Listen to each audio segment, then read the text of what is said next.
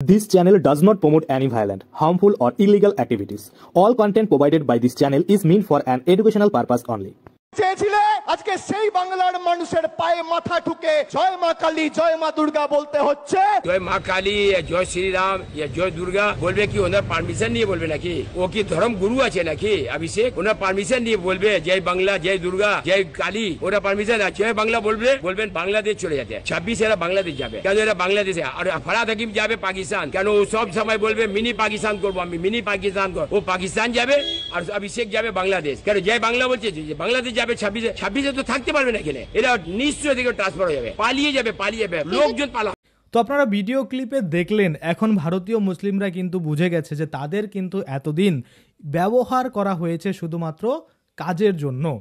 তো এই যে অভিষেক বন্দ্যোপাধ্যায় বললেন যে এখানে থেকে এই জয়মা কালী বলা যাবে না বা এই বলা যাবে না, তো দেখুন একজন ভদ্রলোক কিন্তু বললেন যে পারমিশন বা তার কাছে কি পারমিশন নিয়ে তাদের বলতে হবে কিনা জয়মা কালী, কারণ তিনি কি ধর্মগুরু রয়েছেন কিনা, এইরকম ব্যাপারটা। কারণ আমরা দেখেছি অনেক মুসলিম ভাই বোনেরা রয়েছে, তারা কিন্তু এখন বুঝতে পারছে যে তাদেরকে কিন্তু ব্যবহার করে অনেক কিছু করিয়ে নিয়েছে। এবার কিন্তু আর নয়, দেখুন 26-এ কিন্তু বললো 26-এ অভিষেক বন্দ্যোপাধ্যায় নাকি বাংলাদেশ যাবে, তারা কিন্তু জয় বাংলা বলে তো বাংলাদেশি, এরকম একটা ব্যাপার। এবার সত্যি সোর্স কি রয়েছে আমাদের অভিষেক বন্দ্যোপাধ্যায়ের যেটা আমরা জানি না। তো এই যে ভদ্রলোক তিনি যে বললেন যে 26-এ কিন্তু মানে রেজাল্ট অন্যরকম হবে বা তিনি কিন্তু বাংলাদেশে যাবে, তাহলে এই যে ভারতীয় মুসলিম তারা কিন্তু বুঝে গেলেন যে এতদিন তাদের ব্যবহার করা হয়েছে, সেক্ষেত্রে আর নয় 26-এ কিন্তু পরিবর্তন দরকার, এটা কিন্তু আমরা দেখতে পেলাম। এবার আমার কি মনে হয়, দেখুন এই যে এসআইআরটা যখন হবে বা এই যে এসআইআরটা চলছে বর্তমানে 4 তারিখ থেকে শুরু হচ্ছে, আজকে 2 তারিখ, তো এসআইআর চলাকালীন দেখবেন এরকম যারা ভুয়ো বাংলাদেশি রয়েছে, অনুপ্রবেশকারী রয়েছে, রোহিঙ্গা রয়েছে, তাদের তো ভোটার কার্ড থেকে নামগুলো বাদ পড়ে যাবে, তাই না? তাদের নামগুলো বাদ পড়ে গেলে তাদের ভোট ব্যাংক কিন্তু অনেকটা কমে যাবে, যার জন্য কিন্তু এই যে একদল রয়েছে তারা কিন্তু চাচ্ছে কোনো মতেই এই এসআইআরটা ঠিকঠাকভাবে যেন না হয় বা ভুয়োভাবে সেই নামগুলো যেন রাখা যায়, কারণ একটা নামও যদি বাদ পড়ে তাহলে নির্বাচন কমিশন 1 লক্ষ মানুষ নিয়ে নাকি আন্দোলন হবে। তো আপনারা একটা জিনিস দেখুন, একটা জিনিস বলুন, এই যে ভদ্রলোক রয়েছে তিনি কিন্তু আসল ব্যাপারটা ধরে নিয়েছেন বা বুঝতে পেরেছেন যে এই যে মোদি বলুন আর মমতা বলুন তারা উপরে দেখাচ্ছে মারামারি করছে আর ভিতরে তারা কিন্তু ঠিকই রয়েছে। কাদের ক্ষতি হচ্ছে? যারা নিচের তলায় মারামারি করছে, তাই না? তো সেক্ষেত্রে আমরা মানে দেখলাম যে এই যে ভদ্রলোক রয়েছে তিনি কিন্তু বললেন যে আমি জয় মা কালী বলবো নাকি জয় দুর্গা বলবো সেটা কারো কাছে পারমিশন নিয়ে বলার দরকার নেই, তাই না? আমি ধরুন আমি টিএমসি করি, আমি জয় শ্রীরাম বলবো, সেক্ষেত্রে আমি কি বিজেপি হয়ে গেলাম? না, একদমই না। আমার জয় শ্রীরাম তো আমার রামকে নিয়ে হচ্ছে, তো সেক্ষেত্রে আমি মানে দলের সাথে কেন এটা জড়াচ্ছি আমি এটা বুঝলাম না। মানে আমি যদি টিএমসি হই, আমি যদি জয় শ্রীরাম বলি তাহলে আমাকে পানিশমেন্ট দেবে কেন? পানিশমেন্ট দেবে, আমি তো নিজে হিন্দু, আমি জয় শ্রীরাম বলবো না তো বলবোটা কি? আমি এমন কোনো দল করতে চাই না যেখানে থেকে আমি আমার ধর্মকে সাপোর্ট করতে পারি না বা আমার ধর্মের গুণগান গাইতে পারি না। আমি হরে কৃষ্ণ সকালে উঠে রাতে উঠে রাধে রাধে আমি বলবো, সেক্ষেত্রে যদি আমাকে বিজেপি মনে হয় আমি বিজেপি, আমাকে যদি সিপিএম মনে হয় আমি সিপিএম, সেটা দিয়ে আমার কোনো কিছু যায় আসে না। এবার একটা জিনিস ভাবুন, জয় শ্রীরাম বলা যাবে না। আমি দেখেছি আমার অনেক কলেজের ইউনিভার্সিটির বন্ধু বান্ধব রয়েছে যারা ইউনিয়নের সাথে যুক্ত, তারপরে টিএমসি ছাত্র পরিষদ কি আছে যারা, তারা কিন্তু কখনোই জয় শ্রীরাম বলে না। কেন বলে না? তারা টিএমসি করে, তাদের জয় বাংলা। এবার একটা জিনিস ভাবুন তো, এই যে আপনি ধরুন আপনার আল্লাহকে ডাকবেন, সেক্ষেত্রে আপনাকে কি কোনো দল করে আপনার আল্লাহকে ডাকতে হবে? না। তো সিমিলারলি আমি কোন দল করি না করি সেটা দিয়ে আমার কিছু যায় আসে না, আমি কোনো দলই করি না, তারপরে আমি আমার জয় শ্রীরাম তো বলবোই, হরে কৃষ্ণ তো বলবোই, তাই না? যদি হরে কৃষ্ণ জয় শ্রীরাম বললে আমি বিজেপি, তাহলে আপনি ভাবুন না ভাই আমি বিজেপি, আমার কোনো কিছু যায় আসে না, কারণ বিজেপি নিজেই জানে যে আমি কোনো বিজেপি নই, তাই না? কারণ অনেকেই আছে যারা কিন্তু টিএমসিতে থেকে জয় শ্রীরাম বলাই যাবে না। আরে ভাই, নিজের ধর্মকে ডাকা যাবে না? আপনি যদি মনে করুন মুসলিম হয়ে থাকেন, আপনার যদি আল্লাহর নাম নেওয়া যাবে না টিএমসিতে থাকলে, তাহলে আপনি কি ওই দলকে সাপোর্ট করবেন? আপনি আপনার ধর্মকে বজায় রাখতে চাচ্ছেন বা আপনার ধর্মকে আপনি মানেন, আপনি আপনার ধর্ম সম্বন্ধে আপনার যাই হোক আপনাদের যে কি বলে আসসালামু আলাইকুম ওগুলা বলেন, সেগুলো যদি বলা না যায় তাহলে এটা কোনো মানে দল হলো? আপনারা ভাবুন। তো এটাই হচ্ছে কথা যে 26-এর যে ভোট, এটা কিন্তু পরিবর্তন লক্ষ্য করা যাচ্ছে, কারণ আমরা জানি একবার দুবার তিনবার মানুষকে কতবার ঠকানো যায়, তাই না? আপনি আমাকে একবার ঠকিয়েছেন, দুবার ঠকিয়েছেন, তিনবার ঠকিয়েছেন, মানুষ কিন্তু বুঝে গেছে আরে এই লোকটা তো এরকম, ফুচকা দেয় 5 টাকা, মনে কর 10 টাকায় 5টা, কিন্তু এর ফুচকার ভিতরে অনেক প্রবলেম আছে, মানে আলু দেয় না বা ঝাল কম দেয়, টেস্ট করে না বা কোনো প্রবলেম। আবার কেউ দেখা যাচ্ছে 10 টাকার 3টা ফুচকো দেয়, কিন্তু 3টার মধ্যে সুন্দর দই দেয়, ফুচকো দেয়, মানে একদম এক্সট্রা কিছু ঝুড়ি ভাজা দেয়, ছোলা দেয়, মানে মনে হয় যে না, এই 10 টাকায় 3টা ফুচকা দিলেও কিন্তু ভরপুর জিনিস দিয়ে দেয়। তো সেক্ষেত্রে মানুষ এভাবে জাজ কিন্তু করতে পারে আর বুঝে যায়, আর সেই বুঝে যাওয়ার পরেই কিন্তু দেখবেন রেজাল্ট কিন্তু অন্যরকম হয়। রেজাল্ট অন্যরকম হওয়ার আরও কয়েকটা কারণ, এসআইআরে অনেক ভুয়ো ভোটার বাদ যাবে, মৃত ভোটার যেগুলো বাজি ইউজ করা হতো সেগুলো বাদ যাবে। আমরা দেখতে পাচ্ছি ইভিএমে যে গণনা হতো, ওই যে পোস্টাল ব্যালটগুলো গণনা লাস্টে হতো, মানে শুরু তো আগেই হতো কিন্তু হতে হতে লাস্ট পর্যন্ত যেত, তো সেটাও কিন্তু এখন হবে না। মানে চারিদিক দিয়ে কিন্তু এই নির্বাচন কমিশন উঠে পড়ে লেগেছে যেন ভোটগুলো ভালোভাবে মানে একদম করা যায়, সুনিশ্চিত করা যায় যে কোনো ভুয়োভাবে হচ্ছে না। তারপরেও বলা যায় না, একদল এমন রয়েছে ওনারা কিন্তু মানে সব কিছুই করতে পারে। তো দেখা যাক শেষ পর্যন্ত 26-এর রেজাল্ট কি হয়। আমরা 26-এ দেখতে চাই যে মানুষ কাকে ভোট দেয়। আমরা জানি যে মুখ্যমন্ত্রী মমতা বন্দ্যোপাধ্যায় সাধারণ মানুষের জন্য অনেক কাজ করেছে, তাই আমাদের মুখ্যমন্ত্রী মমতা বন্দ্যোপাধ্যায় থাকবেন, তিনি হয়তো সিট দখল করে রাখবেন, কারণ মানুষের জন্য অনেক কাজ করেছে। সে চাকরি কত দিয়েছে বা নিয়েছে সেটা বাদ দিন, এই লক্ষ্মীর ভাণ্ডার, কৃষক বন্ধু, এগুলো নিয়েই তো মানুষ বেঁচে আছে। প্রত্যেক মাসে 1000 টাকা ঢুকছে, এতে আরামসে বেগুন ভর্তাকে চলছে। তো আর কি দরকার, তাই না? তাই 26-এও আমরা চাই আমাদের মুখ্যমন্ত্রী থাকুক, আর আমরা 1000 টাকা করে লক্ষ্মীর ভাণ্ডার নিই, সেই লক্ষ্মীর ভাণ্ডারের টাকায় আমরা কিন্তু মনে করুন যে শাক সবজি কিনে খেয়ে দিয়ে বেঁচে থাকি।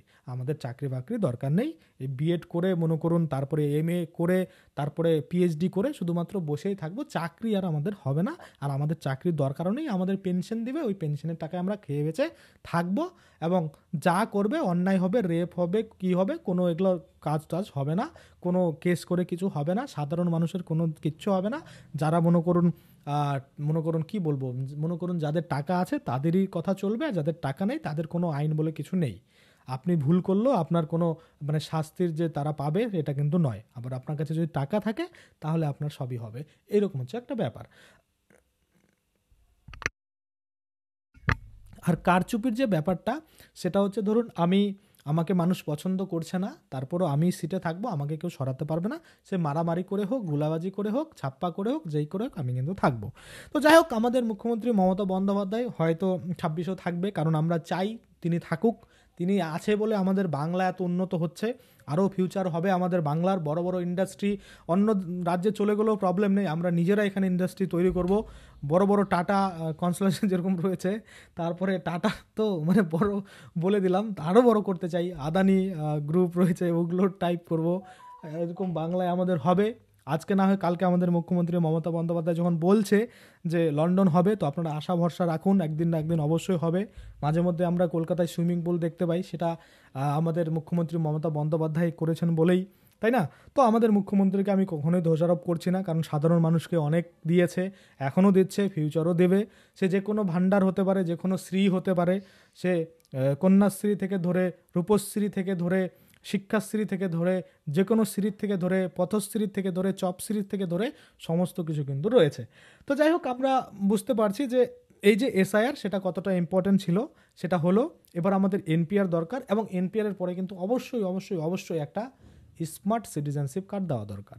যদি সেন্ট্রাল গভর্নমেন্ট এটা করে দেয় তাহলে অনেকটাই ভালো, আর কোনোভাবে যেন এটা ডুপ্লিকেট করতে না পারে আধার কার্ডের মতো, এইরকম একটা ব্যাপার করে দাও, তাহলেই কিন্তু কেল্লা ফাতে হয়ে যাবে, বা এই যে যত রকমের কারচুপি সেখান থেকে অনেকটা কিন্তু ছাড় পাওয়া যাবে। কারণ আপনার কাছে যদি ওই স্মার্ট সিটিজেনশিপ কার্ড থাকে তাহলে আপনার সমস্ত কাজ হবে, যদি না থাকে তাহলে আপনি কোনো কিছুই করতে পারবেন না। এইরকমটা যদি করা হয় তাহলে হয়তো ফিউচারে আমাদের যে বাংলা বা আমাদের যে ইন্ডিয়া, সেখানে কিন্তু রোহিঙ্গা মুক্ত বা অনুপ্রবেশকারী মুক্ত আমরা একটা ভালো সুস্থ মানে দেশ দেখতে পাবো। আশা করি আপনারা বুঝতে পারছেন। এইবার কথা হচ্ছে, এই যে নানা রকম দল নানা রকম কথা বলে যায়, সকলেই কিন্তু ঠিক বলে, সকলেই কিন্তু ভুল বলে এমনটা নয়। আমরা যদি দেখি, টিএমসিও কম নয়, এদিকে বিজেপিও কম নয়। একটা যদি চোর হয় আরেকটা ডাকাত, তাই না? তো সেক্ষেত্রে আমরা চাইবো এমন কোনো দল আসুক বা এমন কোনো মানুষ থাকুক যারা কিন্তু রাষ্ট্রটাকে সুস্থভাবে পরিচালনা করবে। কোনো রকম ছাপ্পা, জোরবাজি, বোমাবাজি, তারপরে এই ধরুন সাধারণ মানুষ যারা মনে করুন কেউ অন্যায় করেছে তাদের উপরে সেই শাস্তি যেন পায়, সেই রকম হোক, সাধারণ মানুষ যেন বিচার পায়, তাই না? এরকম আমরা চাই। কিন্তু এরকম কি হচ্ছে? আপনারা ভাবুন, সে আরজি করের ঘটনাই বলুন বা অন্যান্য সন্দেশখালীর ঘটনাই বলুন, যেখানকারই বলুন, প্রত্যেকটা জায়গায় কিন্তু শেষ পর্যন্ত যারা দোষী তারা কিন্তু বিন্দাস ঘুরে বেড়াচ্ছে। কিন্তু এইরকমই যদি আপনারা ঘটনা অন্য কোনো স্টেটে দেখে থাকেন, অন্য কোনো দেশে দেখে থাকেন, দেখবেন সেখানে কিন্তু পুরোপুরি অন্যরকম নিয়ম রয়েছে। আপনার সৌদি আরবে বা দুবাইয়ে যদি দেখে থাকেন, ইউনাইটেড আরব যদি এগুলোতে দেখে থাকেন কান্ট্রিগুলোতে, তাহলে কিন্তু বুঝবেন যে নিয়ম কাকে বলে, তাহলে কিন্তু বুঝতে পারবেন। আচ্ছা, সেটা গেল। তারপরে যদি আমরা দেখি আমাদের যেরকম এই যে চাকরি, যারা মনে করো মাস্টার হয়ে এতদিন চাকরি করেছে, তারপরে তাদের চাকরিগুলো চলে গেছে, তো এগুলো তো একটা বিশাল বড় ধাক্কা। আমি মাস্টার মানে মাস্টারের যে একটা সম্মান, মানে মনে করুন যে বাবা মায়ের পরেই আমরা শিক্ষককে ধরি, সে তাদের কোথায় সম্মান, তাদের উপরে লাঠিচার্জ, তাদেরকে মাটিতে গড়াগড়ি খাওয়ানো, মানে একটা যা তা ব্যাপার। তো এই যে এই ঘটনাগুলো ঘটেছে কোন সরকার থাকাকালীন ঘটেছে সেটা আপনারা ভাবুন। তাই আমরা আশা করছি 2026 সালে মুখ্যমন্ত্রী মমতা বন্দ্যোপাধ্যায় তিনি স্টিল থাকবেন, কারণ উনি অনেক ভালো কাজ করেছেন আমাদের জন্য। উনি সাধারণ মানুষের কথা ভেবেছেন, সে বাড়ি বাড়ি তিরপাল দেওয়া থেকে শুরু করে বাড়ি বাড়ি জল পৌঁছে দেওয়া, রেশন দেওয়া, সমস্ত কিছুই তিনি কিন্তু করেছেন। তো সেক্ষেত্রে আমরা আশা করতে পারি মুখ্যমন্ত্রী মমতা বন্দ্যোপাধ্যায় কিন্তু আরও মানে নেক্সট বছর মানে 2026 সালে আবার নির্বাচিত হয়ে আসবেন, এবং আমরা আনন্দে বসবাস করব। আমরা লক্ষ্যের ভাণ্ডার নেব, আমরা কৃষক বন্ধু নেব, আরও অন্যান্য যদি ভাতা দিয়ে থাকে পরিযায়ী শ্রমির মতো, যে যারা বেকার রয়েছে তাদের, হ্যাঁ বেকারেরও ভাতাও কিন্তু দিয়ে থাকে, যারা চাকরি পায়নি তাদের কিন্তু যুবশ্রী দিয়ে থাকে 1500 টাকা করে। সেটা আমিও অ্যাপ্লাই করেছিলাম, কবে 13তে কি অ্যাপ্লাই করেছিলাম, এখন 25, তারপরও কিন্তু টাকা পাইনি, কিন্তু অ্যাপ্লাই করে রাখছি যদি কোনো দিন পাই, তাই না? তো এইরকম ঘটনাগুলো আমরা পাবো বা এরকম টাকা পয়সা আমরা পাওয়ার চান্সেস রয়েছে। তাই কিন্তু আমরা আশা রাখছি যে যখন ভোট হবে 2026-এ তখন আবারও মাননীয় থাকবেন, এবং এই যে নানা রকম প্রকল্প সেগুলো আরও মানে বাংলাতে ছড়িয়ে পড়বে, আরও আমাদের বাংলা উন্নত হবে, বড় বড় ইন্ডাস্ট্রি তৈরি করব আমরা করব জয়, আমরা জয় বাংলা বলে আমরা কিন্তু এগিয়ে যাব। তো আশা করি আপনারা বুঝতে পারছেন। আজকের জন্য আমি ভিডিওটা এখানেই শেষ করবো, আর বকবক করতে ভালো লাগছে না, আজকের জন্য ভিডিওটা এখানেই শেষ করছি। যদি ভিডিওটা ভালো লাগে অবশ্যই একটা লাইক করে দেবেন, যদি আমার চ্যানেলে প্রথমবার ভিজিট করে থাকেন নিচে একটা রেড কালার সাবস্ক্রাইব বাটন দেখবেন, ওখানে ক্লিক করে সাবস্ক্রাইব করতে পারেন, আর সাথে যে বেল আইকন রয়েছে ওখানে ক্লিক করে বেল আইকন থেকে এনেবল করে দেবেন। তাতে করে কী হবে, যখনই আমি এই ধরনের কোনো ভিডিও বানাবো সেটার যে নোটিফিকেশন সেটা কিন্তু আপনার কাছে পৌঁছে যাবে। ধন্যবাদ।